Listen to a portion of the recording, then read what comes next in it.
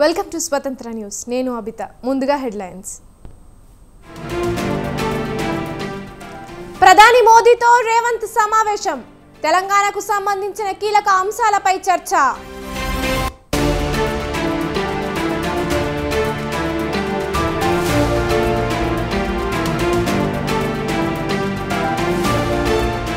రాష్ట్రాన్ని రావణ కాష్టంలా మార్చారు. పిన్నెల్లిపై అక్రమ కేసులు బనాయించారన్న జగన్.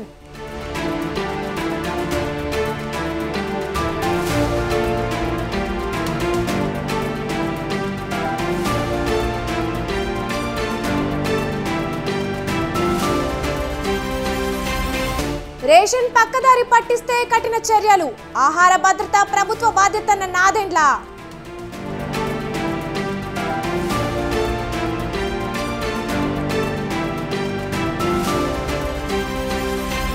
పార్లమెంటులో మోదీ రాహుల్ వ్యాఖ్యలపై నిరసనలు.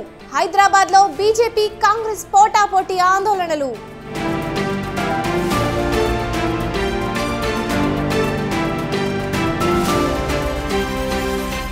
దేశవ్యాప్తంగా కొనసాగుతున్న విద్యార్థుల ఆందోళనలు. ఎన్టీఏని రద్దు చేయాలని డిమాండ్.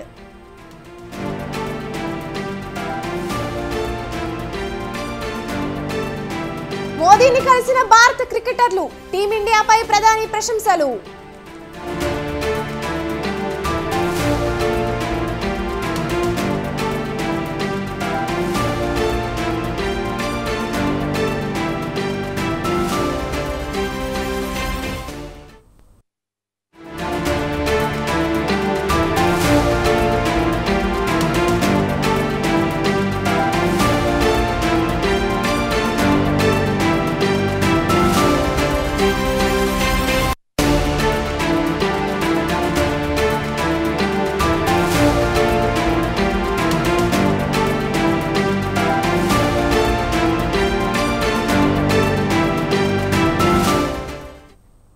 పార్లమెంటులో రాహుల్ గాంధీ వ్యాఖ్యలకు నిరసనగా బీజీవైఎం గాంధీ భవన్ ముట్టడి ఉద్రిక్తంగా మారింది. గాంధీ భవన్ ముట్టడికి బయలుదేరిన బీజీవైఎం కార్యకర్తలను పోలీసులు అడ్డుకున్నారు. పార్లమెంటులో రాహుల్ గాంధీ ప్రసంగానికి నిరసనగా గాంధీ భవన్ ముట్టడికి పిలుపిచ్చింది బీజీవైఎం. గాంధీ భవన్ కు బయలుదేరిన బీజీవైఎం కార్యకర్తలను నాంపల్లి ఎగ్జిబిషన్ గ్రౌండ్స్ దగ్గర అడ్డుకున్నారు. దీంతో ఇరు వర్గాల మధ్య తోపులాట జరిగింది. పలువురు బీజీవైఎం కార్యకర్తలను పోలీసులు అరెస్టు చేశారు.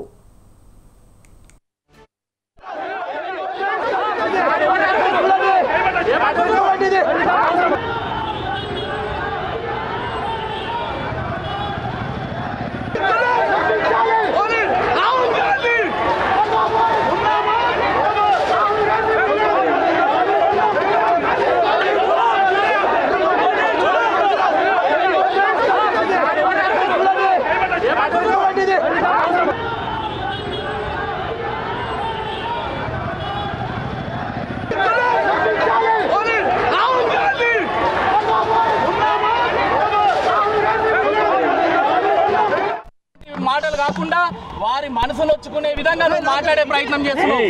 హిందువులంటే అహింస అని చెప్పినావు, హిందువులంటే అసత్యం అని చెప్పినావు.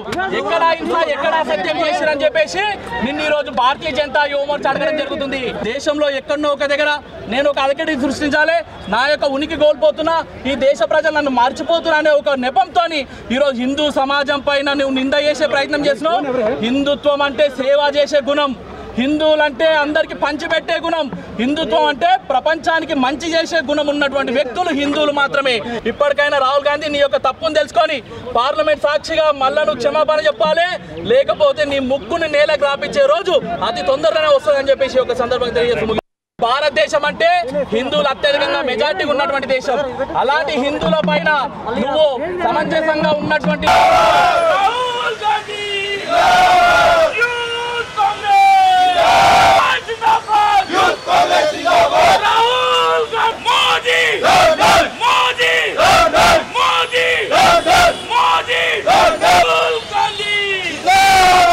Rahul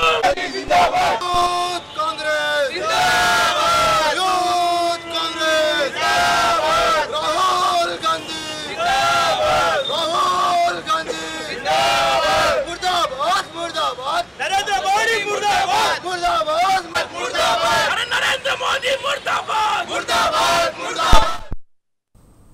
పార్లమెంట్లో రాహుల్ గాంధీ వ్యాఖ్యలకు నిరసనగా బీజీవైఎం గాంధీ భవన్ ముట్టడి ఉద్రిక్తంగా మారింది. గాంధీ భవన్ ముట్టడికి బయలుదేరిన బీజీవైఎం కార్యకర్తలను పోలీసులు అడ్డుకున్నారు. పార్లమెంటులో రాహుల్ గాంధీ ప్రసంగానికి నిరసనగా గాంధీ భవన్ ముట్టడికి పిలుపిచ్చింది బీజీవైఎం. గాంధీ భవన్ కు బయలుదేరిన బీజీవైఎం కార్యకర్తలను నాంపల్లి ఎగ్జిబిషన్ గ్రౌండ్స్ దగ్గర అడ్డుకున్నారు. దీంతో ఇరు వర్గాల మధ్య తోపులాట జరిగింది. పలువురు బీజీవైఎం కార్యకర్తలను పోలీసులు అరెస్టు చేశారు.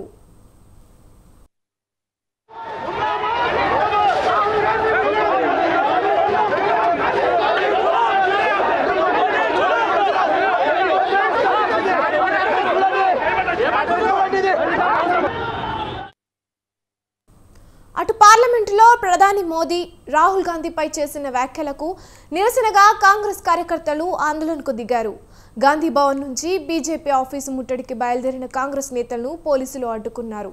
దీంతో పరిస్థితి ఉద్రిక్తంగా మారింది.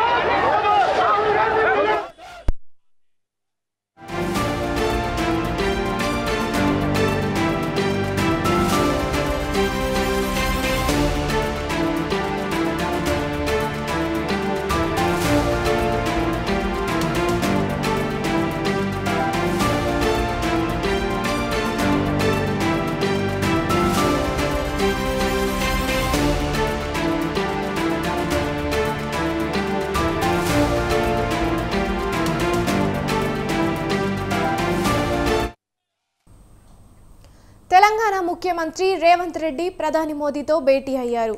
రాష్ట్రానికి సంబంధించిన అంశాలను ప్రధాని మోదీ దృష్టికి తీసుకెళ్లారు. సీఎం రేవంత్తో పాటు డిప్యూటీ సీఎం బట్టి విక్రమార్క కూడా మోదీతో భేటీ అయ్యారు.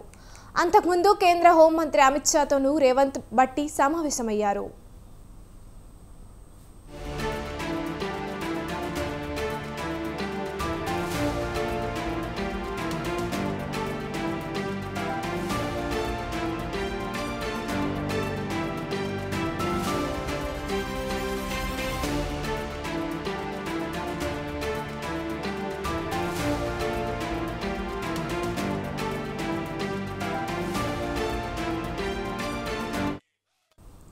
తెలంగాణ ముఖ్యమంత్రి రేవంత్ రెడ్డి ప్రధాని మోదీతో భేటీ అయ్యారు.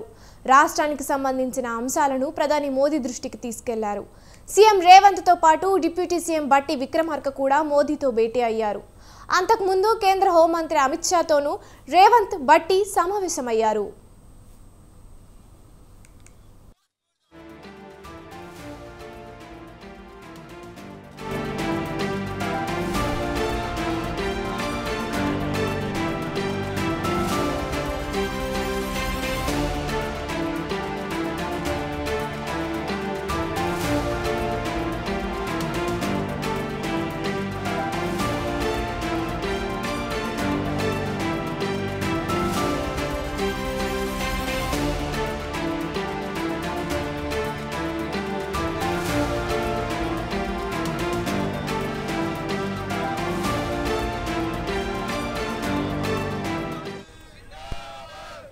రాష్ట్రంలో టీడీపీకి ఓటు వేయలేదని ఆస్తులు ధ్వంసం చేస్తున్నారని వైసీపీ అధినేత వైఎస్ జగన్ అన్నారు.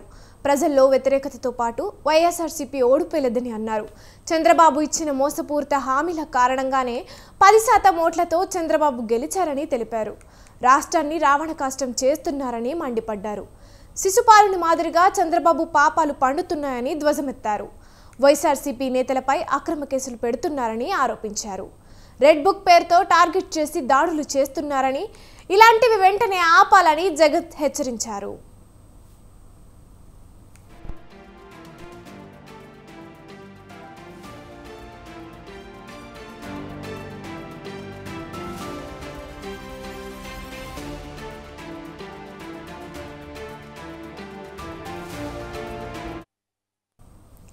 నెల్లూరు జైలులో ఉన్న పిన్నెల్లి రామకృష్ణారెడ్డిని జగన్ పరామర్శించారు.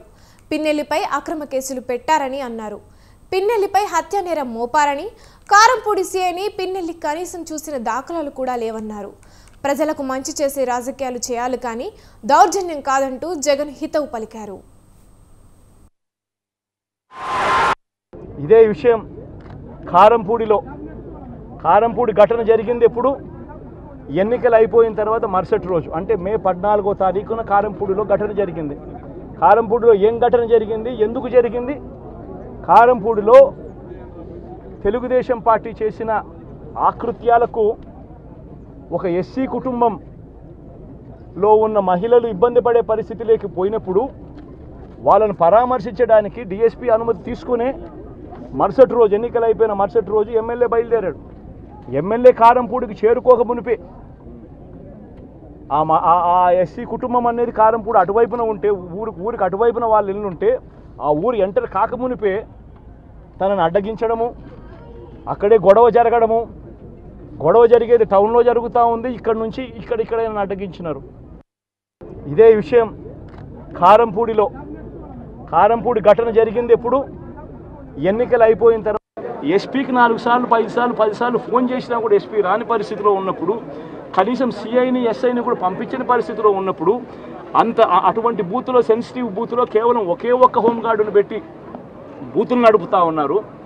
అటువంటి పరిస్థితిలో అన్యాయం జరుగుతూ ఉందని చెప్పడం కోసం, అన్యాయం జరుగుతూ ఉన్న వాళ్ళ పక్షాన్ని నిలబడడం కోసం ఎమ్మెల్యే లోపలికి పోయి ఈవీఎంను పగలగొట్టే కార్యక్రమం జరిగింది. ఎందుకు ఈవీఎంలో నిజంగానే ఎమ్మెల్యేనే రిగ్గింగ్ చేసుకుంటా ఉంటే, ఎమ్మెల్యేకి అక్కడ నిజంగానే ఎమ్మెల్యే పరిస్థితి అంత బాగుండింటే ఎందుకు ఎమ్మెల్యే ఈవీఎం పగలగొడతాడు? అక్కడ పరిస్థితి బాగలేదనే కదా, అన్యాయం చేస్తూ ఉన్నారనే కదా. అక్కడికి పోయినప్పుడు అన్యాయం చూశాడు కాబట్టే కదా ఈవీఎం పగలగొట్టాడు. ఆ ఈవీఎం ఏదైతే పగలగొట్టిన కేసులు ఏదవుతుందో తనకు బెయిల్ వచ్చింది. ఈరోజు తను బెయిల్ అక్కడ లోపల ఉన్నది ఈవీఎం పగలగొట్టిన కేసులో కాదు, తను లోపల ఉన్నది ఈవీఎం పగలగొట్టిన కేసులో. అన్యాయం జరిగింది అని చెప్పి, అన్యాయం జరుగుతూ ఉన్న పరిస్థితిలో ఎమ్మెల్యే అక్కడికి పోయి అడ్డుకునే కార్యక్రమంలో జరిగింది అని చెప్పి కోర్టులు కూడా గుర్తించాయి కాబట్టి తనకు బెయిల్ వచ్చింది. ఆ ఇన్సిడెంట్ జరిగిన 10 రోజుల తర్వాత, అంటే మే 23వ తారీఖున ఎమ్మెల్యే అక్కడికి వెళ్ళి ప్రతి ఒక్కరూ కూడా వాళ్ళ స్థాయిలో రెడ్ బుక్స్ అని చెప్పి రెడ్ బుక్లు పెట్టుకొని ఉన్నారు. చంద్రబాబు నాయుడు స్థాయిలో చంద్రబాబు నాయుడు ఒక రెడ్ బుక్, లోకేష్ స్థాయిలో లోకేష్ ఒక రెడ్ బుక్, ఎమ్మెల్యే స్థాయిలో ఎమ్మెల్యే ఒక రెడ్ బుక్, మండల స్థాయిలో మండల నాయకుడు ఒక రెడ్ బుక్, గ్రామ స్థాయిలో గ్రామంలో ఇంకో రెడ్ బుక్, గ్రామ స్థాయిలో ఇంకో నాయకుడు, గ్రామ స్థాయిలో ఇంకో రెడ్ బుక్లలో పెట్టుకొని ఏం చేస్తూ ఉన్నారు? అతి దారుణంగా అన్యాయంగా ఆస్తులు ధ్వంసం చేస్తూ ఉన్నారు. రాష్ట్రం మొత్తం దాన్ని చూస్తూ ఉంది, కానీ ఎవడు మాట్లాడడం లేదు. దొంగ కేసులు పెడతా ఉన్నారు, పోలీసులు ప్రేక్షక పాత్ర పోషిస్తూ ఉన్నారు. దొంగ కేసులు పెడతా ఉన్నారు, వాళ్ళే కొడతారు, మన ఇటువైపున కేసులు పెడతా ఉన్నారు. రాష్ట్రం మొత్తం ఇది చూస్తూ ఉంది. చీని చెట్లు నరికేస్తూ ఉన్నారు, ఆస్తులు ధ్వంసం చేస్తూ ఉన్నారు, కనిపిస్తూ ఉంది. ఎమ్మెల్యేలు ఏకంగా జేసీబీల మీద, పొక్లేన్ల మీద ఎమ్మెల్యేలు స్వయంగా తీసేసి ఏకంగా పోయి బిల్డింగులు పగలగొట్టే కార్యక్రమాలు చేస్తూ ఉన్నారు. ఇంతటి దారుణంగా నిజంగా చేస్తూ ఉన్నారు అని అంటే ఎల్లకాలం ప్రభుత్వం మీది కాదు, ఎల్లకాలం రోజులు మీ. ఆంధ్రప్రదేశ్ తెలంగాణ మధ్య విభజన సమస్యల పరిష్కారంలో అత్యంత కీలకమైన ముందడుగు పడింది. ప్రజల అభ్యున్నతికి దోహదపడేలా ఉమ్మడి లక్ష్యాలను సాధించడం కోసం 2 రాష్ట్రాలు కలిసి పనిచేయాలని పిలుపునిచ్చారు ఏపీ సీఎం చంద్రబాబు. ఇందుకోసం ఈ నెల 6న హైదరాబాద్లో సమావేశం ఏర్పాటు చేయాలని కోరుతూ తెలంగాణ సీఎం రేవంత్ రెడ్డికి లేఖ రాయడం ప్రాధాన్యం సంతరించుకుంది. ఇక ఏపీ సీఎం లేఖకు స్పందించారు తెలంగాణ ముఖ్యమంత్రి. ప్రజాభవన్ వేదికగా చర్చలు జరుపుతామంటూ ప్రత్యుత్తరం రాశారు రేవంత్. మరి ఇప్పటికైనా ఇరు రాష్ట్రాల మధ్య దశాబ్ద కాలంగా అపరిష్కృతంగా ఉన్న సమస్యలు పరిష్కారమవుతాయా? 10 ఏళ్లు పూర్తయ్యాయి.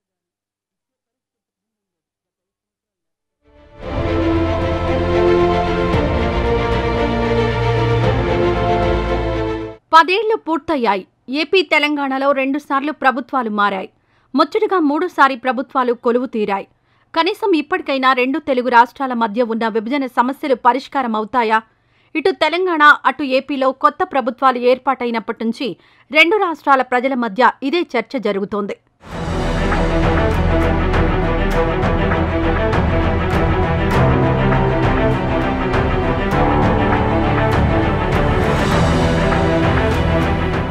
అయితే ఇలాంటి పరిస్థితుల వేళ తెలంగాణలో కొత్తగా ప్రభుత్వం ఏర్పాటైనప్పటి నుంచి పలుమార్లు ఏపీతో విభజన సమస్యల పరిష్కారం కోసం ప్రయత్నిస్తామంటూ చెప్పుకొచ్చారు సీఎం రేవంత్ రెడ్డి.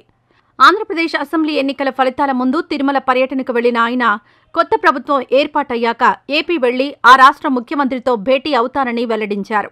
ఆ తర్వాతి పరిణామాల్లో ఏపీలో టీడీపీ కూటమి అధికారంలోకి రావడం, సీఎంగా చంద్రబాబు ప్రమాణ స్వీకారం చేయడం చకచకా జరిగిపోయాయి. దీంతో రెండు రాష్ట్రాల ముఖ్యమంత్రుల భేటీ ఎప్పుడుంటుందన్న ప్రశ్న కొద్ది రోజులుగా తలెత్తుతోంది. సరిగా ఈ పరిస్థితుల మధ్య విభజన సమస్యలపై చర్చించేందుకు ఏపీ వైపు నుంచి ముందడుగు వేశారు సీఎం చంద్రబాబు నాయుడు. ఈ నెల 6న హైదరాబాద్లో సమావేశం ఏర్పాటు చేయాలని తెలంగాణ సీఎం రేవంత్ రెడ్డికి ఓ లేఖ రాయడం ప్రాధాన్యం సంతరించుకుంది. రాష్ట్ర విభజన జరిగి ఇప్పటికే 10 ఏళ్లవుతోందని, ఇంకా పరిష్కారం కాని అంశాలు చాలా ఉన్నాయని లేఖలో పేర్కొన్నారు చంద్రబాబు. ఆయా అంశాలపై పలుమార్లు చర్చలు జరిగినా పెద్దగా లాభం లేకపోయిందని, అలాంటి వాటిపై సామరస్యపూర్వకంగా పరిష్కారం సాధించుకునేందుకు కట్టుబడి ఉన్నామంటూ పేర్కొన్నారు.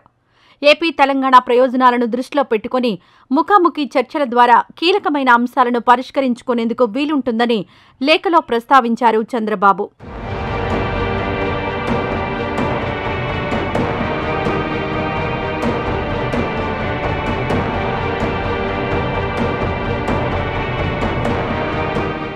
ఏపీ ప్రభుత్వం తరపున సీఎం చంద్రబాబు రాసిన లేఖపై సానుకూలంగా స్పందించింది తెలంగాణ ప్రభుత్వం. ఏపీ సీఎం కోరినట్లుగా ఈ నెల 6న చర్చలు జరిపేందుకు సిద్ధమవుతోంది. సమావేశానికి సంబంధించిన ఏర్పాట్లు సిద్ధం చేస్తున్న రేవంత్ సర్కార్ అజెండా రూపొందించే పనిలో పడింది. అత్యంత ప్రధానమైన మీటింగ్ కావడంతో తెలంగాణ ప్రయోజనాలకు ఎలాంటి భంగం వాటిల్లకుండా చూడాలని, అందుకు అవసరమైన ఏర్పాట్లు చేయాలంటూ ఇప్పటికే అధికారులను సీఎం రేవంత్ రెడ్డి ఆదేశించినట్లు తెలుస్తోంది.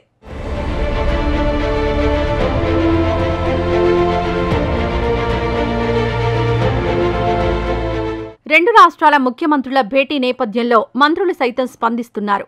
భద్రాచలం విలీన గ్రామ పంచాయతీలపై చొరవ తీసుకోవాలంటూ సీఎం రేవంత్కు లేఖ రాశారు తెలంగాణ మంత్రి తుమ్మల నాగేశ్వరరావు. ఏపీలో విలీనమైన ఎటపాక, గుండాల, పురుషోత్తంపట్నం, కన్నాయిగూడెం, పిచుకలపాడు గ్రామ పంచాయతీలను భద్రాచలంలో కలపాలంటూ ఈ మేరకు విజ్ఞప్తి చేశారు మంత్రి తుమ్మల. మరోవైపు హైదరాబాద్లో ఏపీ సర్కార్ ఆధీనంలో ఉన్న ఆర్ఎండ్బీ భవనాలను తిరిగి స్వాధీనం చేసుకునేందుకు అనుసరించాల్సిన ప్రక్రియపై అధికారులతో చర్చించారు మంత్రి కోమటిరెడ్డి వెంకటరెడ్డి. ఇప్పటికే ఆర్ఎండ్బీ శాఖ పరిధిలో ఉన్న లేక్ వ్యూ అతిథి గృహం, మినిస్టర్స్ క్వార్టర్స్, ఎమ్మెల్యేల నివాస సముదాయాలతో పాటు గ్రీన్ ల్యాండ్, మంజీరా అతిథి గృహం వంటి ఆస్తుల అంశంపై అవసరమైన సమాచారం తెప్పించుకునే పనిలో ఉన్నారాయన.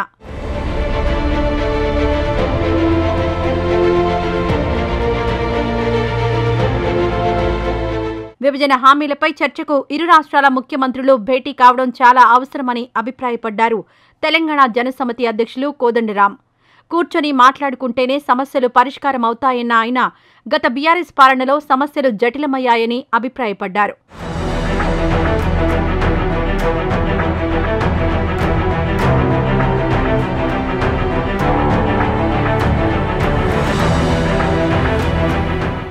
విభజన సమస్యల పరిష్కారం దిశగా ఏపీ ప్రభుత్వం ముందడుగు వేయడంపై హర్షం వ్యక్తం చేసింది బీఆర్ఎస్.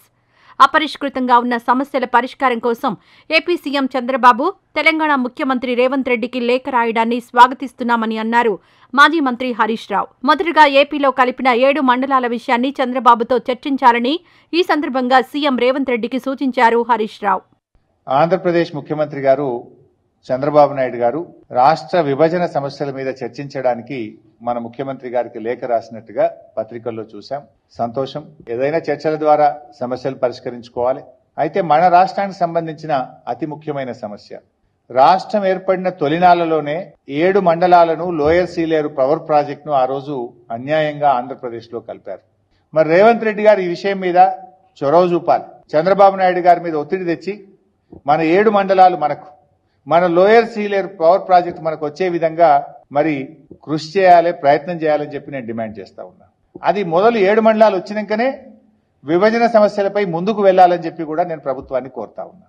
రెండు రాష్ట్రాల ముఖ్యమంత్రుల సమావేశం జరగనున్న నేపథ్యంలో ఆంధ్రప్రదేశ్ విభజన చట్టంలో పేర్కొన్న ప్రకారం ఇంకా పరిష్కారం కాని అంశాలు, సమస్యలు ఏంటన్న చర్చ ప్రతి ఒక్కరిలో తలెత్తుతోంది. ఆ విషయాలను ఓసారి చూస్తే ప్రధానంగా విభజన చట్టంలోని షెడ్యూల్ 9, షెడ్యూల్ 10లో పేర్కొన్న వివిధ సంస్థలు, కార్పొరేషన్ల విభజన ఇంకా పూర్తి కాలేదు. ఇందుకు ప్రధాన కారణం పలు అంశాలపై ఇరు రాష్ట్ర ప్రభుత్వాల మధ్య ఏకాభిప్రాయం లేకపోవడమేనని చెప్పాలి. ఏపీ ప్రభుత్వ పునర్విభజన చట్టం ప్రకారం 89 ప్రభుత్వ కంపెనీలు, కార్పొరేషన్లను 9వ షెడ్యూల్లో పొందుపరిచారు. వాటిలో ఆంధ్రప్రదేశ్ రాష్ట్ర విత్తనాల అభివృద్ధి కార్పొరేషన్, ఆంధ్రప్రదేశ్ రాష్ట్ర వ్యవసాయ పారిశ్రామిక అభివృద్ధి కార్పొరేషన్, ఆంధ్రప్రదేశ్ గిడ్డంగుల కార్పొరేషన్ వంటి ప్రభుత్వ ఆధ్వర్యంలోని కంపెనీలు, కార్పొరేషన్లు ఉన్నాయి.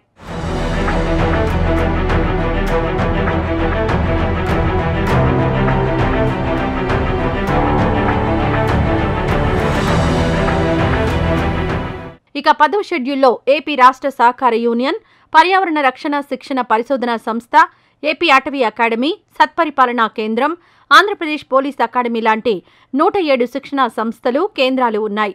రిటైర్డ్ అధికారి షీలా బిడే సారథ్యంలోని నిపుణుల కమిటీ షెడ్యూల్ 9, 10 సంస్థల విభజనపై సిఫారసులు చేసినా ఇప్పటికీ అవి అపరిష్కృతంగానే ఉన్నాయి. అటు ప్రభుత్వ ఆధీనంలోని రోడ్డు రవాణా సంస్థ ఆస్తులపై 2 రాష్ట్రాల మధ్య నెలకొన్న విభేదాలు ఇంకా కొలిక్కి రాలేదు. ఇలా 1, 2 కాదు, తెలుగు రాష్ట్రాల మధ్య ఇంకా పూర్తి కాని ఆస్తుల పంపకాలు చాలా ఉన్నాయి.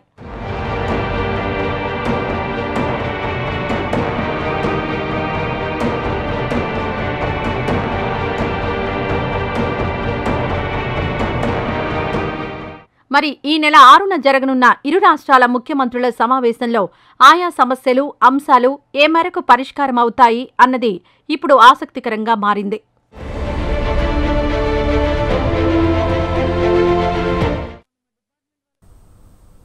తెలుగు రాష్ట్రాల సీఎంల సమావేశంపై బీజేపీ మాజీ ఎమ్మెల్యే ఎన్వీఎస్ఎస్ ప్రభాకర్ ఆసక్తికర వ్యాఖ్యలు చేశారు. ఏపీ, తెలంగాణ ముఖ్యమంత్రులు సమావేశం కావడం మంచిదేనని అన్నారు మాజీ ఎమ్మెల్యే ఎన్వీఎస్ఎస్ ప్రభాకర్. ఇరు రాష్ట్రాల సీఎంల సమావేశంలో పరిష్కారం కాని ఉమ్మడి సమస్యలు చర్చకు వస్తాయని అభిప్రాయపడ్డారు. ఇరు రాష్ట్రాల సమస్యలు పరిష్కారం అవుతాయని ప్రభాకర్ అన్నారు. తెలంగాణ ముఖ్యమంత్రి కలుస్తారట, కలవాలని మేము కోరుకుంటున్నాం. విభజన చట్టంలో ఉన్నటువంటి హామీలు పరిష్కారం కొరకు ఇద్దరు చొరవ తీసుకుని ముందుకు పోతే మంచిదే. గతంలో హోంమంత్రి అమిత్ షా గారు ఎన్నో ప్రయత్నాలు చేసినా రాజకీయంగా మిత్రులుగా వ్యవహరించినటువంటి కేసీఆర్, జగన్మోహన్ రెడ్డి ఈయన వస్తే ఆయన రాలా, ఆయన వస్తే ఈయన రాలా, అట్లా కాలయాపన జరిగింది. అసలు ఈ 6వ తారీఖు అనుకుంటున్నటువంటి ఇద్దరు ముఖ్యమంత్రుల యొక్క సమావేశానికి కాంగ్రెస్ అధిష్టానం అనుమతి ఉందా అని నేను అడుగుతా ఉన్నా. అసలు ఈ మీటింగ్ జరుగుతుందా అని చెప్పి నాకు డౌట్ వస్తూ ఉంది. ఏ క్షణంలో అయినా సరే ఈ మీటింగ్ని ఏదో ఒక కారణం చెప్పి ఆపేటువంటి అవకాశం కూడా ఉందని చెప్పని నేను భావిస్తా ఉన్నా. ఆంధ్రప్రదేశ్ ముఖ్యమంత్రి తెలంగాణ రేవంత్ కేబినెట్లో ఉమ్మడి జిల్లా నుంచి ఇప్పటికే 2 మహిళలకు చోటు దక్కింది. మరొకరికి అవకాశం ఉంటే కడియంతో పాటు రేవూరి, నాయిని, దొంతిలో ఒకరికి మాత్రమే ఛాన్స్ ఉంటుంది. కొండా సురేఖ, సీతకళ శాఖలు మారుస్తారని జరుగుతుండగానే మరోవైపు వారికి కీలక శాఖలు దక్కబోతున్నాయనే ప్రచారం జోరందుకుంటోంది. దీంతో రేవంత్ రెడ్డి మంత్రివర్గ కూర్పుపై సర్వత్రా ఆసక్తి నెలకొంది.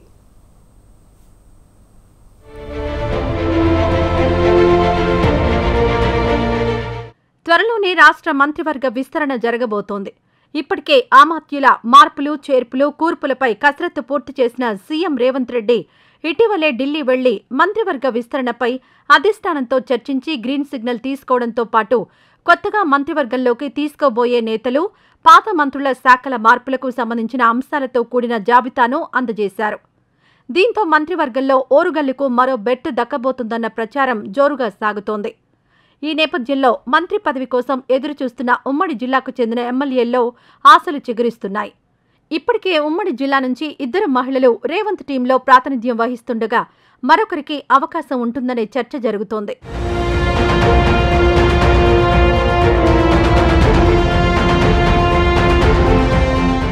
ప్రస్తుత మంత్రుల్లో కొండా సురేఖ బీసీ సామాజిక వర్గం, సీతక్క ఎస్టీ సామాజిక వర్గానికి చెందినవారు కావడంతో ఎస్సీ, జనరల్ కోటా నుంచి కేబినెట్లో చోటు కోసం పలువురు శాసనసభ్యులు ప్రయత్నిస్తున్నారు. ఈ మధ్యకాలంలో కాంగ్రెస్లో చేరిన మాజీ deputy CM, station Ghanpur MLA Kadiyam Srihari, general కోటాలో వరంగల్ పశ్చిమ, పరకాల, నర్సంపేట ఎమ్మెల్యేలు నాయిని రాజేందర్ రెడ్డి, రేవూరి ప్రకాష్ రెడ్డితో పాటు అసంతృప్తిగా ఉన్న దొంతి మాధవరెడ్డి పేర్లు ప్రముఖంగా వినిపిస్తున్నాయి.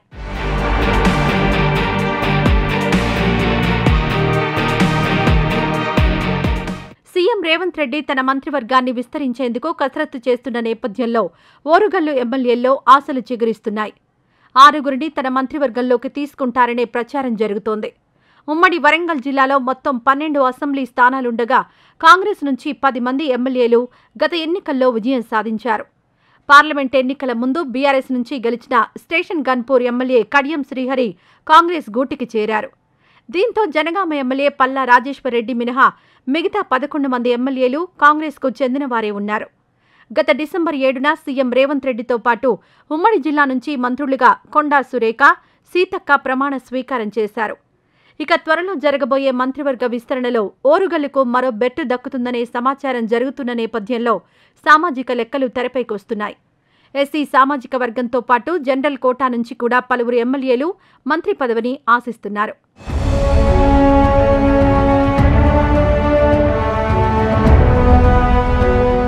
గతంలో ఉప ముఖ్యమంత్రిగా, సాంఘిక సంక్షేమ శాఖ, విద్యాశాఖ మంత్రిగా, భారీ నీటిపారుదల శాఖ మంత్రిగా పనిచేసిన అనుభవం ఉన్న కడియం శ్రీహరి సీఎం రేవంత్ రెడ్డి పిలుపుతో బీఆర్ఎస్ నుంచి కాంగ్రెస్లో చేరారు. తన కుమార్తెను ఎంపీగా కూడా గెలిపించుకున్నారు. దీంతో కాంగ్రెస్ పార్టీలో కడియం శ్రీహరికి అధిష్టానం మంచి గుర్తింపునిస్తోంది.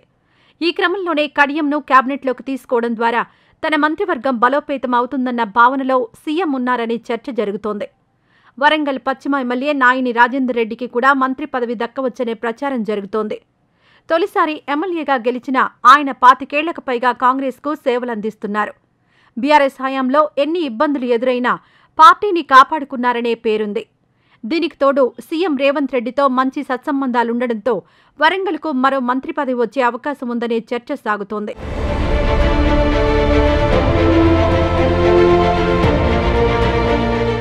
పరకాల ఎమ్మెల్యే రేవూరి ప్రకాష్ రెడ్డికి కూడా కొత్త మంత్రివర్గంలో చోటు దక్కుతుందనే ప్రచారం జరుగుతోంది.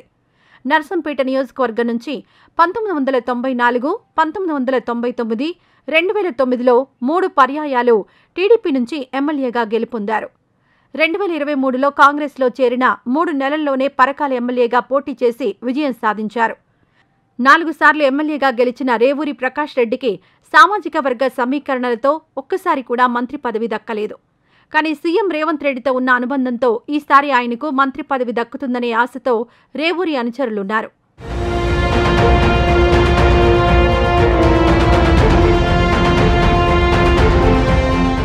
ఇక ఈ ముగ్గురితో పాటు 2014, 2023లో నర్సంపేట నుంచి ఎమ్మెల్యేగా గెలిచిన దొంతి మాధవరెడ్డి పేరు కూడా వినిపిస్తోంది. అయితే సీఎం రేవంత్ రెడ్డి వరంగల్ పర్యటనకొచ్చినప్పుడు మాధవరెడ్డి దూరంగా ఉండడం చర్చనీయాంశంగా మారింది. ఆయనకు సీఎంతో సఖ్యత లేదన్న ప్రచారం కూడా దొంతి మాధవరెడ్డికి ఇబ్బంది కలిగించే అంశం. తొలిసారి గెలిచిన భూపాలపల్లి ఎమ్మెల్యే గండ్ర సత్యనారాయణ సీనియర్ నేత అయినప్పటికీ సామాజిక సమీకరణలో మంత్రి పదవి దక్కుతుందా లేదా అనేది చర్చనీయాంశంగా మారింది. మరోవైపు పాలకుర్తి ఎమ్మెల్యే యశస్విని రెడ్డి తొలిసారి గెలవడంతో పాటు రాజకీయాలకు కొత్త కావడంతో ఆమెకు అవకాశం ఉండకపోవచ్చనే వార్తలు చక్కర్లు కొడుతున్నాయి. డోర్నకల్ ఎమ్మెల్యే రామచంద్రు నాయక్కు విప్గా బాధ్యతలు అప్పగించడం, మహబూబాబాద్ ఎమ్మెల్యే మురళీ నాయక్ తొలిసారి ఎమ్మెల్యే కావడమే కాకుండా సామాజిక సమీకరణలు కలిసి రాకపోవచ్చనే చర్చ జరుగుతోంది.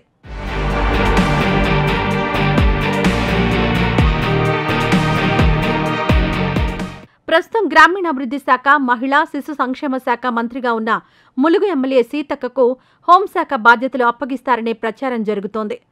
అయితే గతంలో నక్సలిజంలో పనిచేసిన సీతక్కకు హోంశాఖ కేటాయిస్తారనే ప్రచారం ప్రజల్లో ఆసక్తిని రేపుతోంది.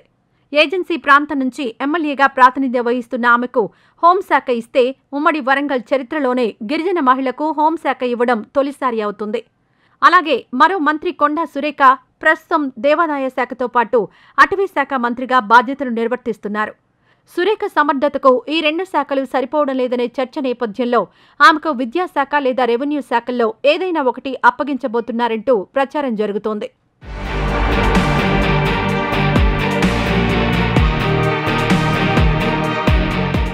మొత్తానికి సీఎం రేవంత్ రెడ్డి తన మంత్రివర్గ విస్తరణతో పాటు మంత్రుల శాఖల మార్పుపై చేస్తున్న కసరత్తు ఉమ్మడి వరంగల్ జిల్లాలో ఉత్కంఠను రేపుతోంది. నలుగురిలో మంత్రి పదవి ఎవరిని వరించబోతోందోనని ఆసక్తి పెరుగుతోంది.